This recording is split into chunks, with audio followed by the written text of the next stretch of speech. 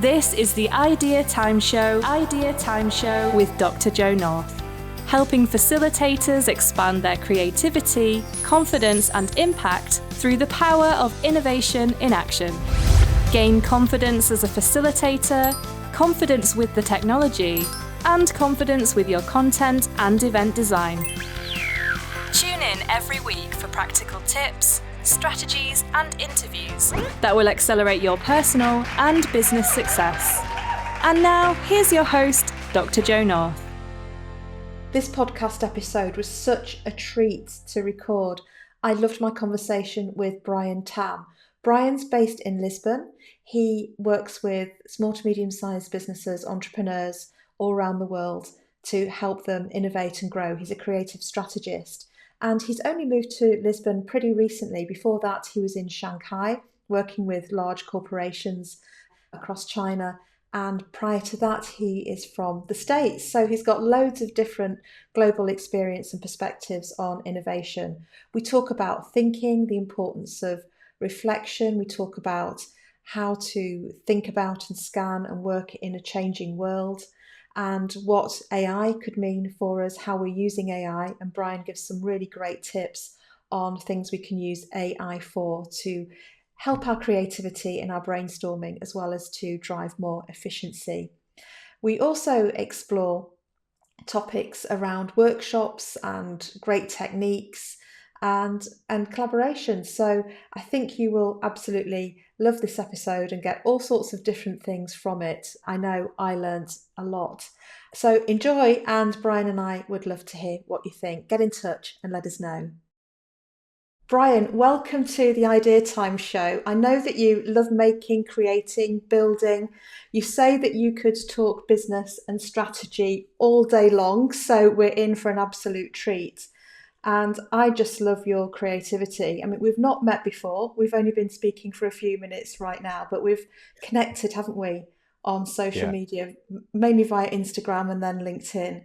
And I've read your book. I've got your book here. You didn't know. Oh, There wow. we go. Oops, if I can. Love that. Yeah. Beautiful. So Thank you. lots to talk about. So let's kick off, if you would, by just tell everybody who you are, what you do, and then how you came to do what you do. Wow. Okay. My name is Brian. I'm the founder and CEO of Let's Make Great. I call it a creativity consultancy only because I don't know what else to call it. I mean, what is creativity and what is a consultancy, right? So I just thought, put them together and that could be anything. And I think that would allow me that title or organizational type of creativity consultancy that allows me to do whatever I need to do for the clients. And so over the past 10 years, I've been running it now for 10 years, since 2013. That has enabled me to cover a lot of ground.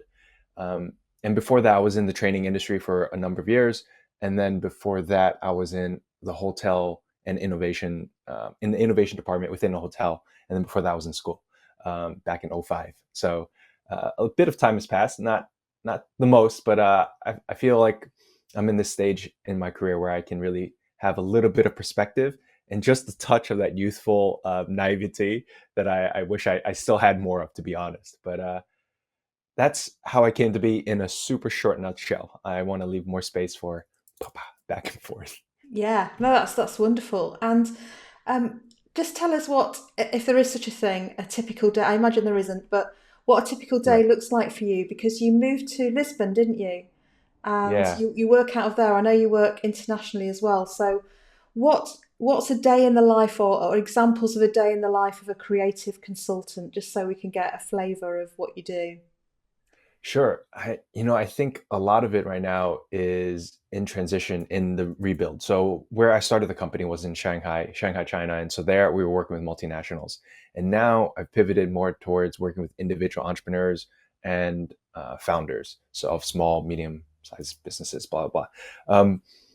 So in the morning, I wake up and around 8. So this was a perfect call time. Thank you for that. Have my coffee, start my reflection. I think about what I want to write about, because I try to write every day and I post on social. That's what you've been seeing and reading. And that also involves some graphics. All of that probably takes 15, 20, 30 minutes, depending on how much of the graphic I have and how inspired I am. And then I try to have my first meetings around 10. maybe a coffee with my partner before in the park so that we can enjoy this lovely Lisbon weather. That's why we left Shanghai, is just to enjoy life a little bit more. And then, calls all day. I have my standard lunch of a salad every single day, same salad every single day for now 2, 3 years, and it feels great. Um, yeah, more calls, more meetings. I mean, nothing crazy and special, but client stuff. And then, yeah, that's it. I mean, I don't think I have a very remarkable day, to be honest. It allowed, I think the most important thing is that I try to leave space for reflection. And I think that's what's different in my life now. And that's Mm. what I think is remarkable.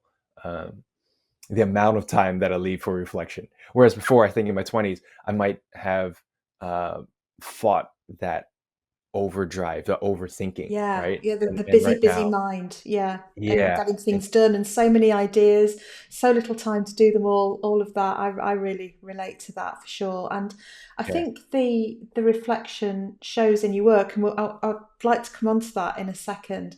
I'm really interested in your pivot from large corporates into small to medium sized businesses and founders. So, what drove that? Was it that who you enjoyed working with the most, or is the market different in Lisbon? What was the yeah. rationale for that? Well, it's multi-part, of course, right? As any strategist might say. And so back in Shanghai, we were working with multinationals for 8 or 9 years as the entity that I had, Let's Make Great. And, we did a lot of workshops and we did a lot of consulting projects and all that.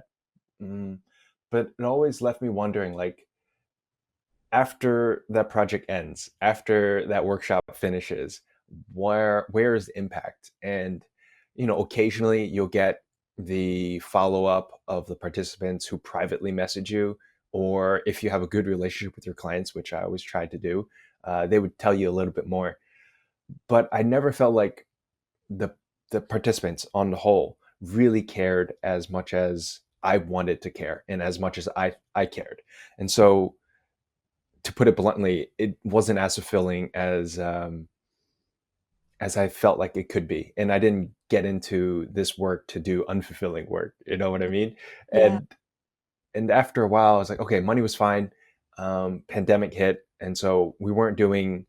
Or I knew the corporate budgets would be slashed or would be gone, basically eviscerated, and we needed to go online. So we went online, working with individuals, individual founders, which I had already started to do in bits and bobs as a kind of on the side just for fun.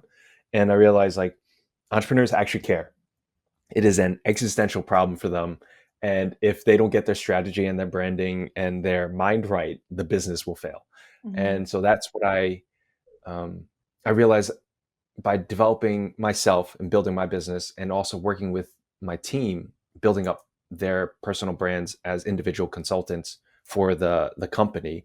Then we were able to, I already had those skills, and it was very intuitive to translate a lot of those frameworks and innovation back into and then the experience of building my own company and building the personal brands of my team back into the brands and the strategy of the founders that I might work with. So it felt much better, to be honest. I mean, the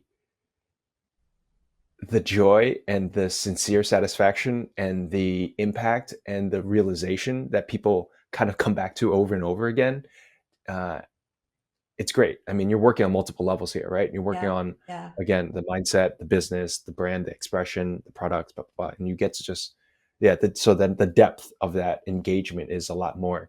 Um, it's maybe a little less dynamic. That's what I was about to say. Because you just have so much energy in a workshop room, right? You're working with 20, 30, 40, 50, 100 participants, and you're leading them through the, innovation process. And that's exhilarating, but it's fleeting too. yeah. And so that's what I drove can that. see that. I can see that, and your passion for working with entrepreneurs and doing having that more holistic approach to creative strategy. That really deep approach with them. I can see that that really lights you up, which is wonderful. I tend to work with both, so and I Yeah. like the diversity of that. I've got some corporate clients who I've worked with for over a decade, and Wow. so there's a lovely continuity there. So it's not always, all the time, but Yeah. I'll come in and out as Yeah. the different things are needed, and as the business evolves and changes, and as the world around changes as well. And then I love working with individual entrepreneurs and startups as well. And I think there's a lot of transferability, isn't there? And I think Right. that's one way we can help small businesses actually, is to bring some of that big business thinking in, but in the right way, in a way that's helpful and practical for a small business to use. What you were saying about reflection time, I think that really shows in, because I've just been, from the very moment I discovered your feed for myself on Instagram, just really wowed by the thoughtfulness of your creativity. You seem to be a very visual thinker. You just take a concept and distill it down and then present it in a really creative, thought provoking way every single time. And your graphics are really simple. I mean, they're yellow, black, and white, just simple lines, simple shapes. So, what's the secret to thinking differently? What's the secret to seeing life differently and getting to the heart of the matter? And then having that skill of just really expressing it super clearly and in a thought provoking way. How do you do all of that? It's amazing. First of all, thank you for describing it in that way. It's always interesting to hear how it gets portrayed, right? And how it gets filtered through someone else's minds.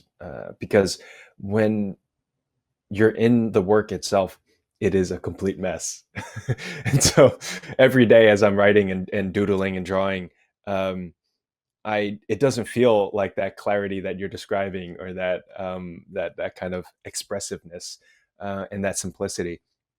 And a lot of it just feels like um, angst and confusion and Right. frustration, and Yeah. you know and I think that it's worth pointing that out, because I think that's what stops a lot of people from continuing on in the path of exploring and drawing and writing and expressing themselves. And I I want to point out that I'm not a designer, and I think that also helps to show people who are also similarly not designers or artists or have any kind of quote unquote creative or artistic skill, that they can't draw a smiley face to save their lives. Um, I'm not that different, right? And I certainly wasn't trained in it, but I loved it and I found it curious and I found it. When I graduated school and I started reading Seth Godin, I was wondering, like, why aren't all business books written in this way? Why are they written in such a confusing and abstract way, and why aren't they written in a more direct way? And so that clearly was one of my early inspirations back in '05, '06. I remember reading his book for the first time, and and I didn't think much of it, but until when I had to start writing for myself, I realized, like, I took a lot of that same bite-sized way of thinking, and in the bite-sized form, it allows you to focus in, and also to explore a lot more freely, which I don't know if you can already tell in this conversation. We've been jumping around from place to Mm. place, and Yeah, it's that's great. just how the mind works. Yeah. And so I think that's really key, is like falling into the flow of how your mind might work, and then explore and tracking that, just writing down and tracking it, and then going back at a later time and editing it. So I'm going so that's the process, or that's, and I'm not describing it in a linear way, but I hope from the non-linearness of this, you can see that the non-linearness of it, the randomness, the chaos, the confusion, is the Yeah. way itself. And to Yeah. go through that, Well, and to accept that. yeah, Yeah. it's how the neurons connect, isn't it? It's how the brain works. The brain is always connecting all sorts of things in different ways, Yeah, absolutely. and you're so right. People give up because it feels chaotic and it's not making sense. But uh, I think if you're going to have breakthrough thinking, or if any of us are going to have breakthrough thinking, we need to have something to break through. There's got to Mm. be some resistance, some challenge, some knotty issue to work through, so that we can get through to the side and come up with something really valuable. But as I look at your book, original, which is spelt AW dash RIG dash NAWL, original creativity. I mean, that's creativity in itself. And it's inspirations on chaos, originality, and transformation. And it's just so thought provoking. You say, actually, I've just opened the book randomly, and you say creativity is the accumulation of blending of multiple perspectives. And you I talk said about that. spending it, Oh, that yeah, sounds good. yeah, and he said spending a day in New York, you'll immediately be presented with an eclectic mess.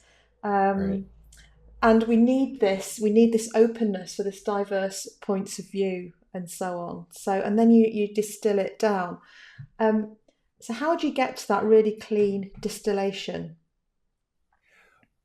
Through the mess, right? Again, and it's through step one, mess. Step two, look at it again. Step three, throw away everything else, right? Until you find the heart of it. And I said I wrote that.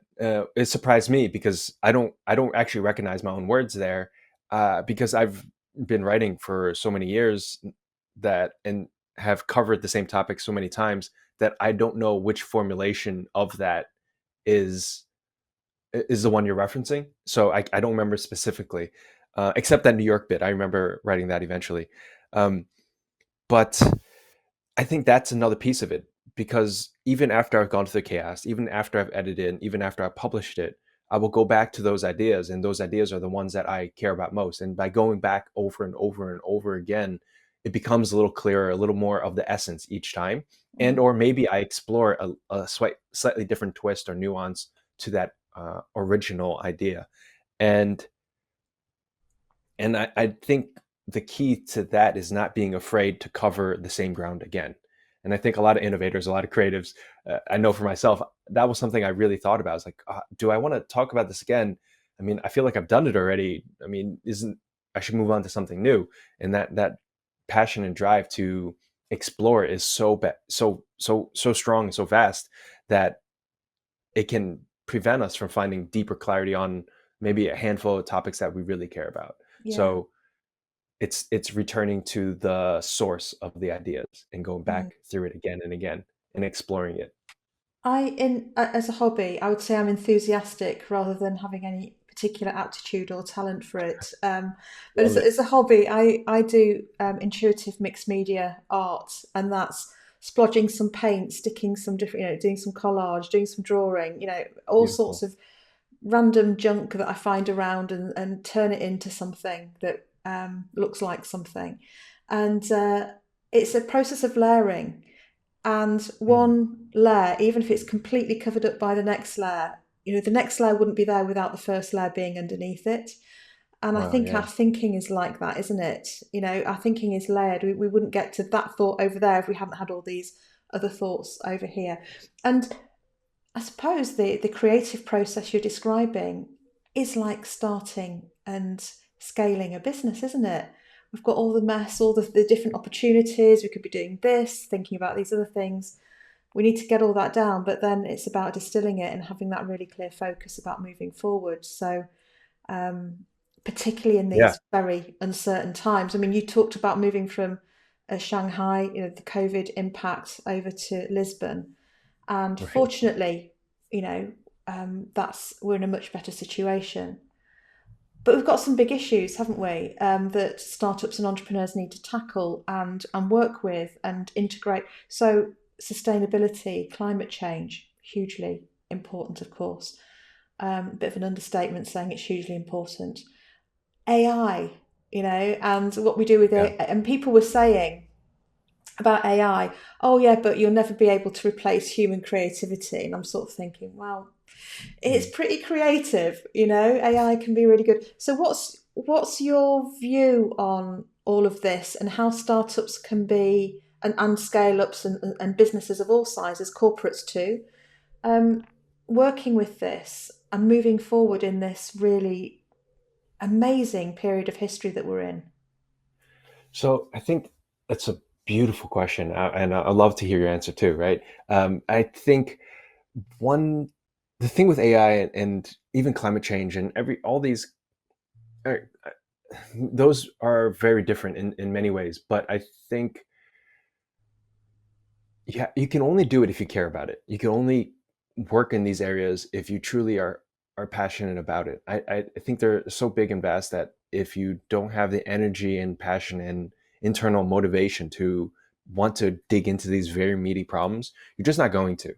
And that's not to say you should or shouldn't, but I'm just saying, do you have it in you?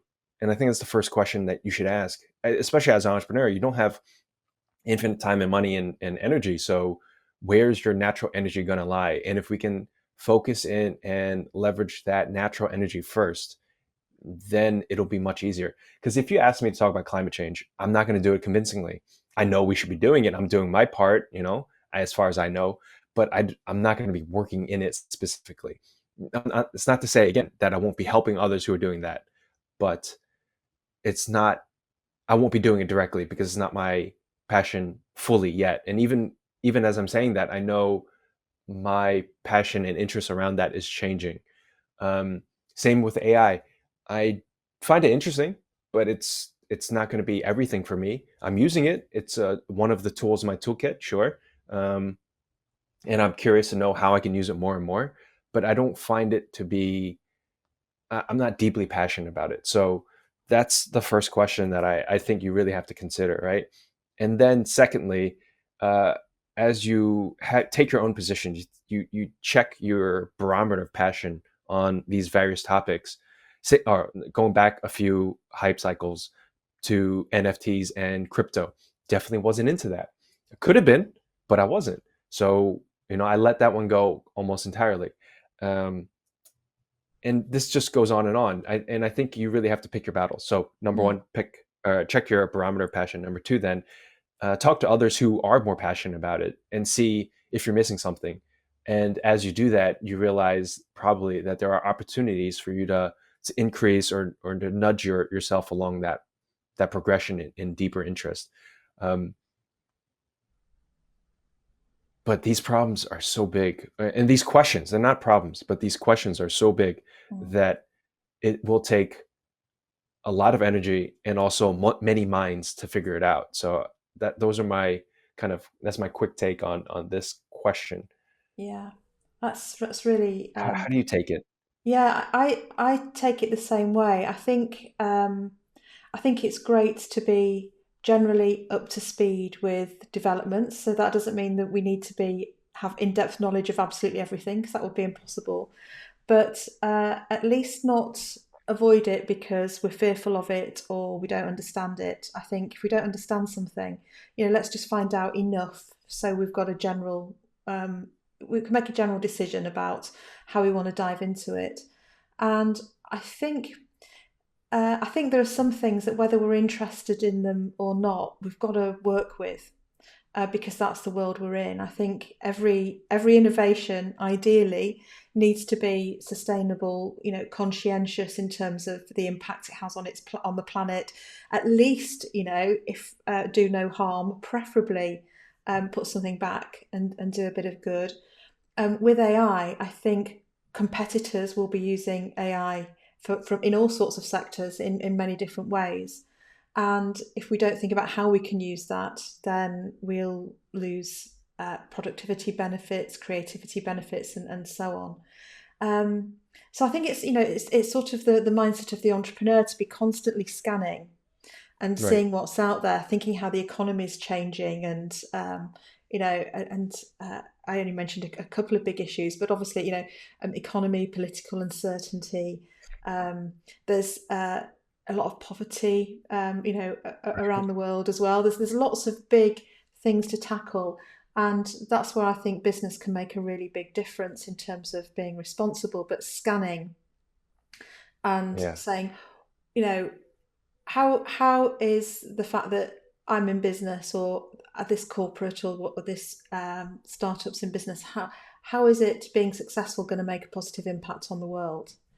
And I Hmm. think it's for everybody to work out that for themselves and every business to work that out as well. I don't know what you think, but Yeah, I think we're aligned in that regard, and I love that you added this idea of the scanning element and to always be updated to a certain degree, right? I mean, mm, that's what Twitter is really good for. That's what reading the headlines is really good for.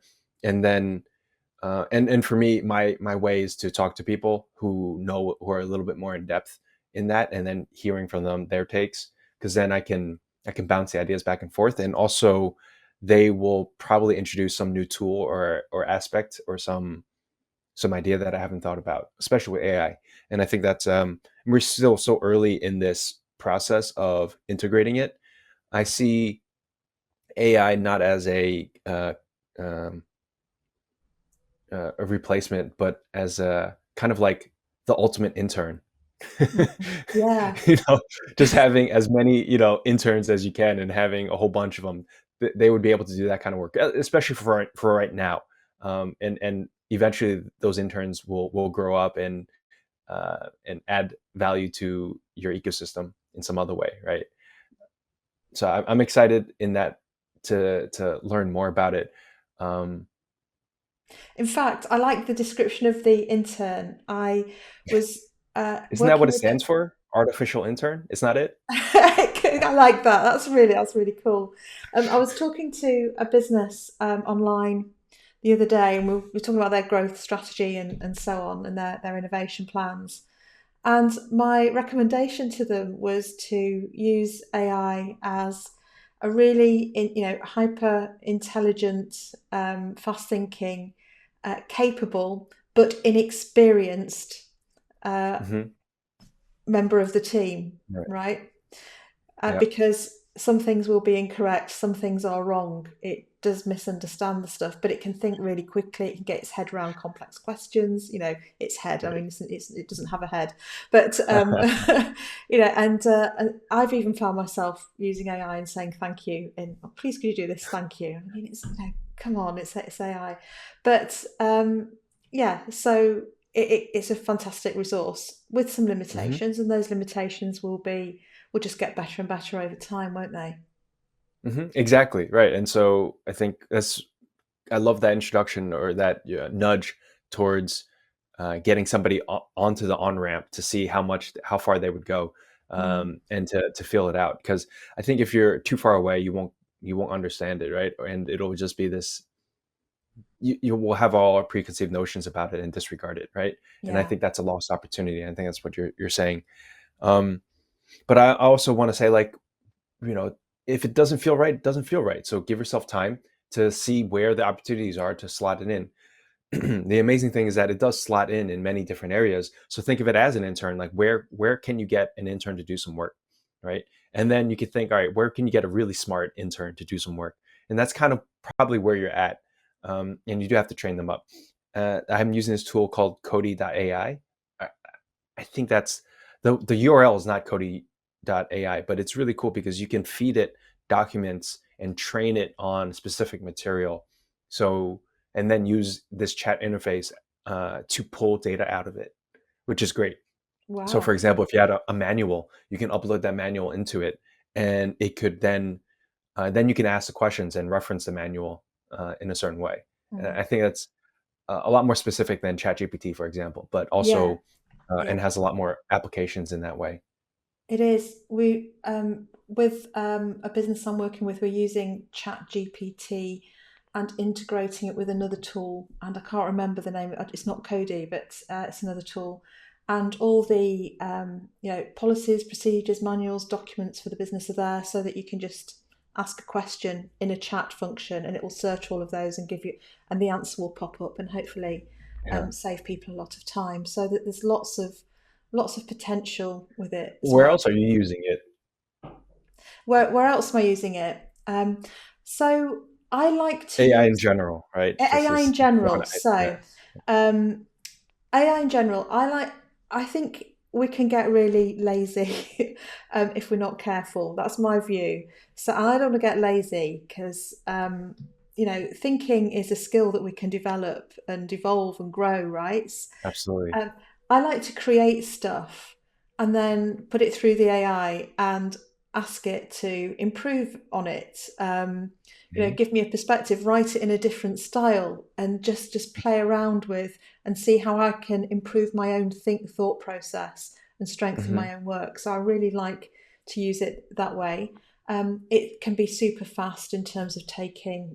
We'll get our Right. podcast transcript from today and put that through AI and ask it to do a summary, Incredible. which will need tweaking. Wow. Um, so there's some time saving things, and then there's some building things, and I use there's a whole sort of technology AI stack of different tools, Yeah. which I'll put in the show notes, but to help write better and be more Yeah. self-aware around the Right. communication and the tone and so on that we're using. So I think it's an incredible. I'm also using AI, a tool called Synthesia, Oh, cool. and it's really cool. Right, you just upload a script, a Word document, put your branding Hmm. in, pick the presenter, pick the accent you want, pick the style, and they Oh, will this, yeah. deliver.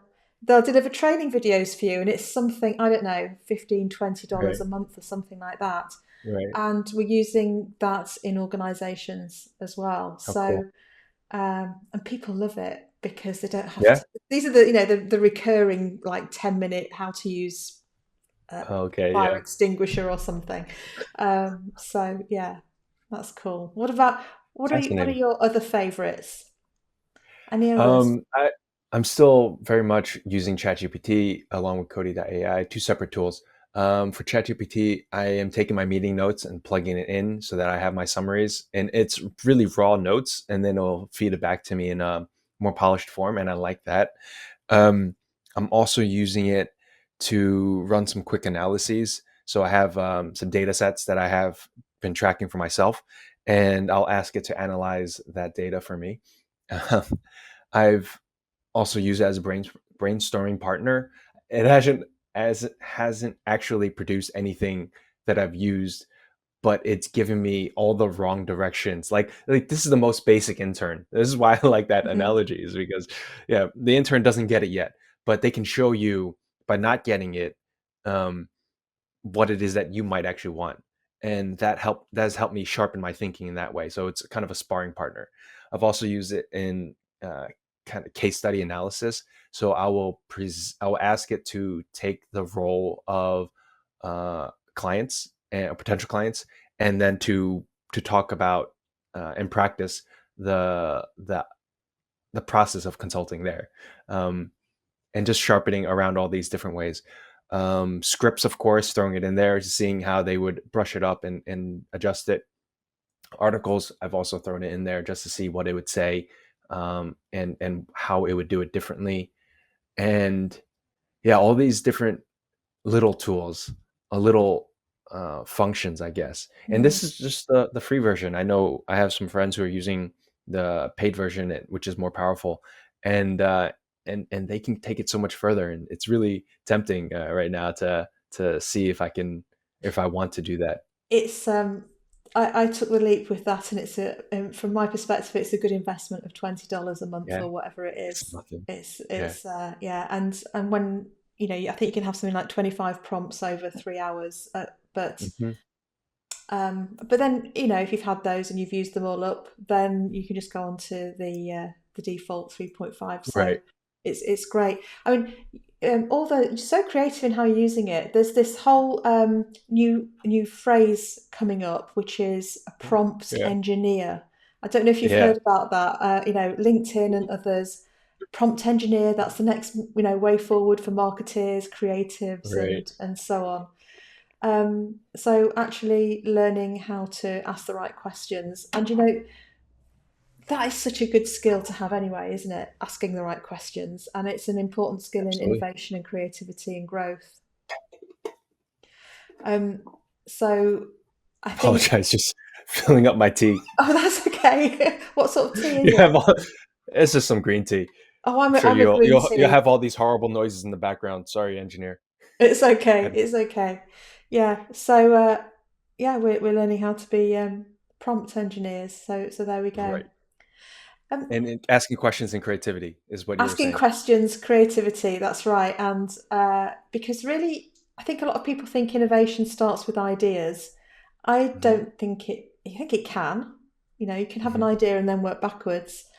But I think purposeful creativity starts with um, spotting a problem, and a problem that really needs, that needs fixing, Sure. and then having Yeah. ideas about the problem. So, Yeah. No, I think absolutely. I think, if anybody, I'm assuming your audiences are other innovation related people. And so they probably heard that 1,000 times. And I was thinking, as you said that, I was like, yeah, that's absolutely true. And I, I don't know, being in China, they have a very different approach to problem solving, and it's not wrong, right? They just came up through the culture and education system, coming up with a different way of solving problems. And first going there in 2007 from America, I was very arrogant and thought like, no, the American way is the best way. I'm from New Jersey, I should also add, so okay. I'm extra arrogant. And so I going there and butting heads with the system and the culture, and it not working, like my way not working, not fully at least. And of course you make some gains, but you there's a lot of frustration in that, being a young arrogant 20-year-old. And then over time realizing that their way, the other innovation way, um, there's a lot of merit to it. So this kind of centralized authority inside companies, it's very top down hierarchical. I'm sure you've heard that before. It's something different until it's something else until you experience it. You don't know what that means. It's Mm. incredible how much they can wait for the idea, because they have it, it's it's so and I think it's more honest in some ways, because there are many companies in the West that are still very top down, but they still play the game of Hmm. innovation, and they want everybody to have the ideas, but it's not really true. They're just waiting for the boss to have the idea or the manager to have the idea, and then our job is to fulfill it, to make it happen, right? And it's like that, except in China, they won't even bother with brainstorming their ideas, right? A lot of times, there are a lot of, and that's why they would invite me in, is to show them how to do the brainstorming and Hmm. how do we have the creative techniques, and just what does it mean to be a creative inside, right? And then what does it mean to be a creative inside the company, inside yourself, and then inside the company, and then how do we really express that out in a way that we're fostering each other's creativity and also leveraging that out. So I tried that, pushed it out hard for all those years in China, and then you saw like, wait a second, the most innovative companies coming out of China are not doing that per se. I'm talking about the WeChats, Tencents, the Xiaomi's, and the Huawei's. They are built on a very different platform of innovation, where it's so product focused and it's not exactly problem focused. And I was just really impressed by that, and platform focused. And so after they have one success, they're able to leverage that and expand out that way, and to build this kind of super platform on top of this one or two or three uh, pillars.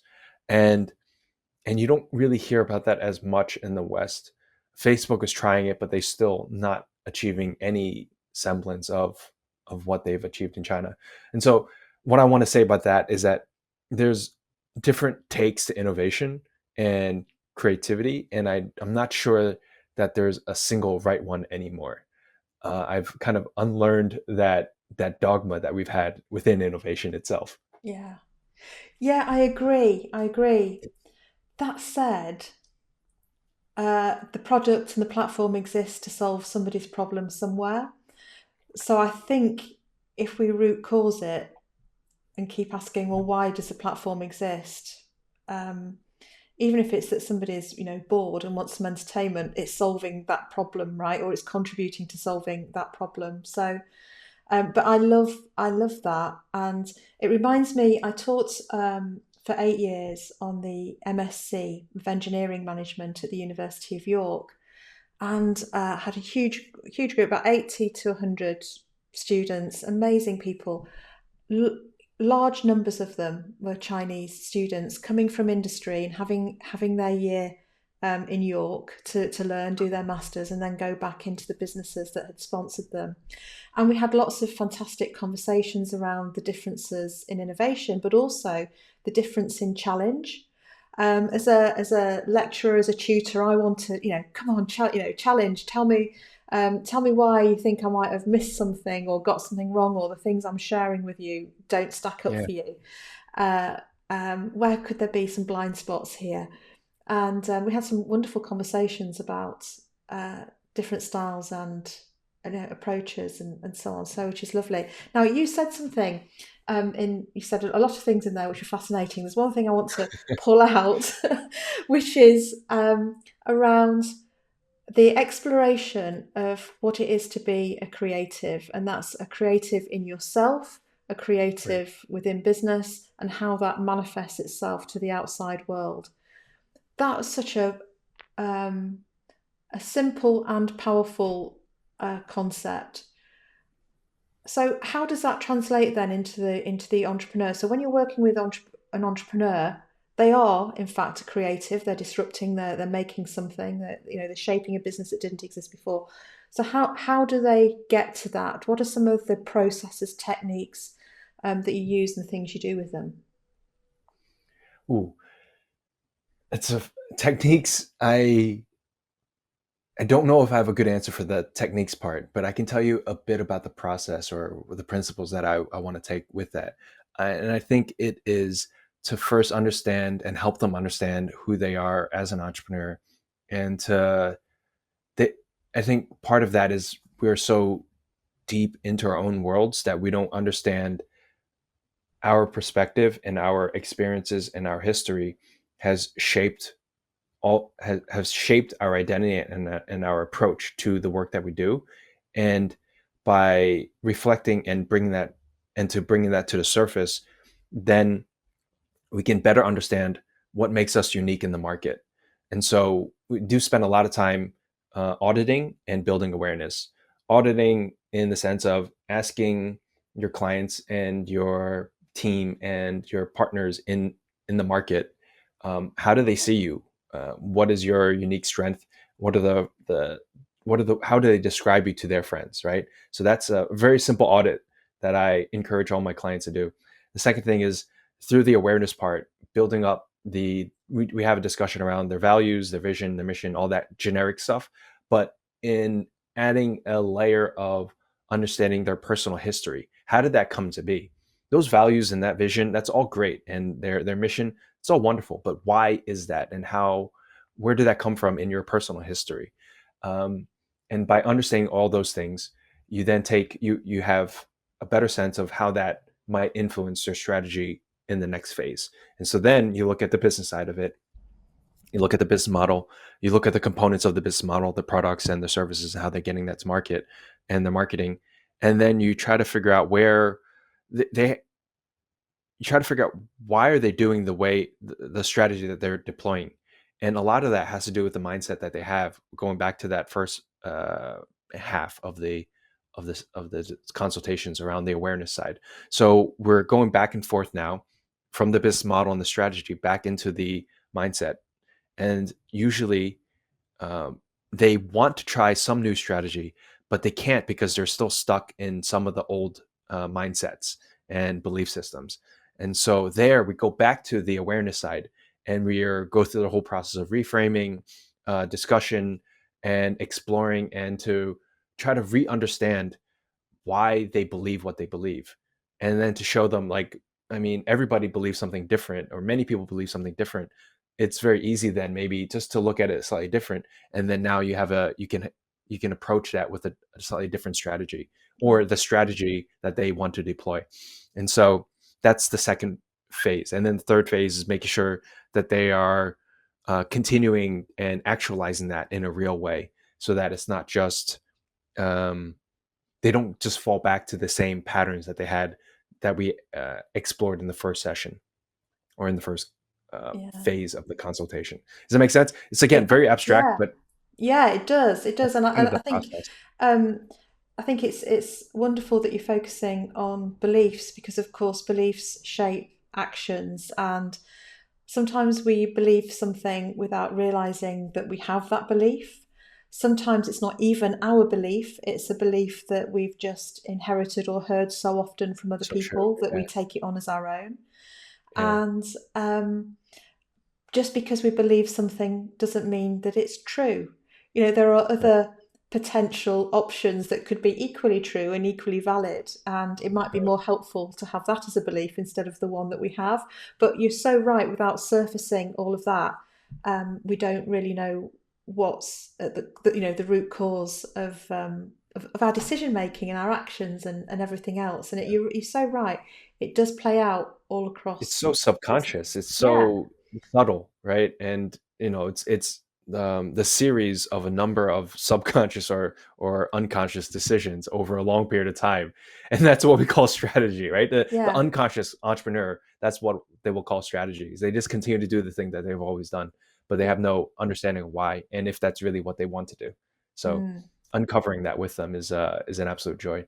Yeah, and then getting them out of the comfort zone in a way that feels, you know, reasonably safe and doable, and that they're And happy that to takes take time, risks. they may Yeah, not be ready to do it, right? As I just think about myself, and I'm sure for yourself how long it took for you to, for example, I don't know anything about your podcast, but I wonder how long it took for you to, from time you had this idea and then to the time you actually started doing it, right? I know for myself, I have ideas yeah. that are incubating for years and years and years, and I may never get to it, but eventually I might. And it just takes time, I think, and I think we should also be compassionate in that regard. Mm. I think, yeah, especially when it's a big move or a big pivot or something Yeah. like that, and what we've got is working, right? But our heart is somewhere else, or we can see the market is going in a different direction.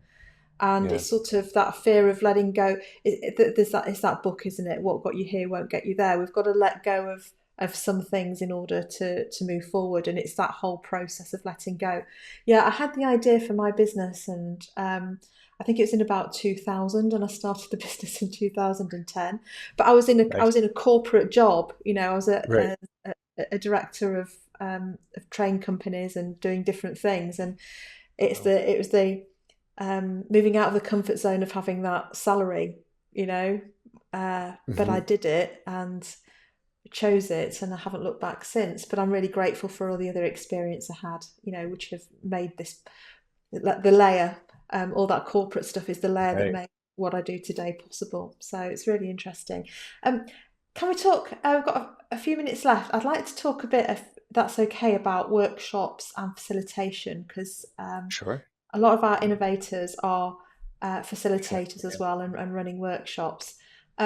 So I'd like to ask you about, what are your favourite sort of lesser known um, What's that? workshop Oh, lesser known. activities? Yeah, Uh-huh. Um, Favorite ones. The one that popped in my head for some reason right now is at the end of a workshop, this kind of recognition game that we like to play, which is just writing some post-its and sticking it on, giving them three post-its and then sticking it on the people that you want to recognize and write the action that they did. And you need good post-its for this. This is yeah, important because a lot of times they're just falling, and then they do. the ground is littered with them, and you have no idea who said what Yeah. and about what. Uh, and so that I haven't really seen done before, and it's so energizing because everybody's up and then you're thinking positively, like, what do I want to say nice things about these people, right? So you're in that frame of mind, and then you're up and then you're actually giving to them, and it's kind of hokey and funny. And yeah, you also have these posts, and you obviously have to tell people to put them in a respectful place. This is at the end of a workshop when we've learned to break rules, and so you have to remind them, all right, we have to respect each other. Mm. um, and then finally, reading the post-its about what other people said about you is so important in building your self-awareness and self-confidence. And Mm. so, just as you said earlier, as you were describing my writing and my graphics, I thought that was so valuable for me, and not in the sense that you were praising it. That's kind of irrelevant, but how you described it is really valuable for me. And I think that's why I like this exercise, is that it pushes the awareness up for people, and especially as you're getting them you're transitioning into action phase. Um, it's so important to have that Yeah. confidence.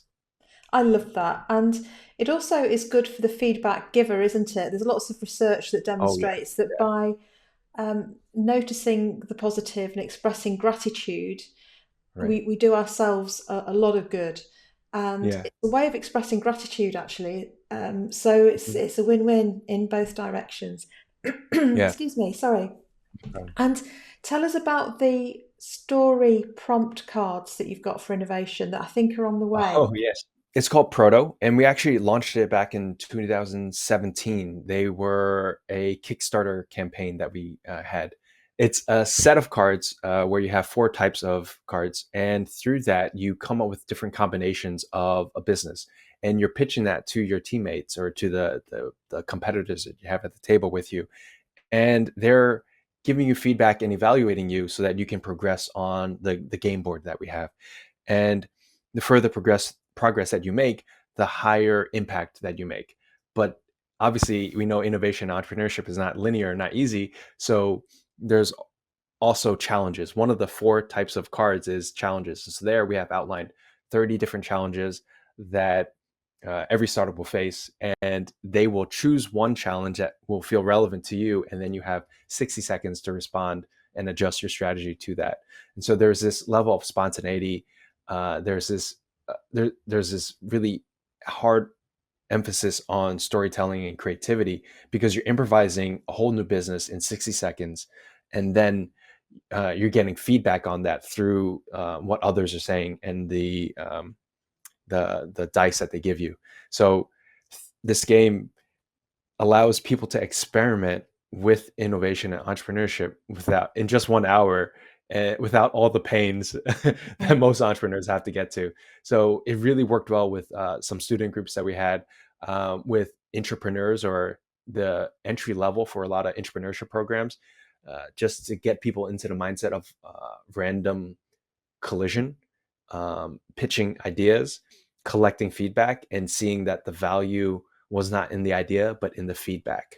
Mm. And then, of course, learning how to pivot and adjust. So, yeah, we had a really fun time developing that with the entrepreneurs in Shanghai and other creatives like designers and architects, and building that game up.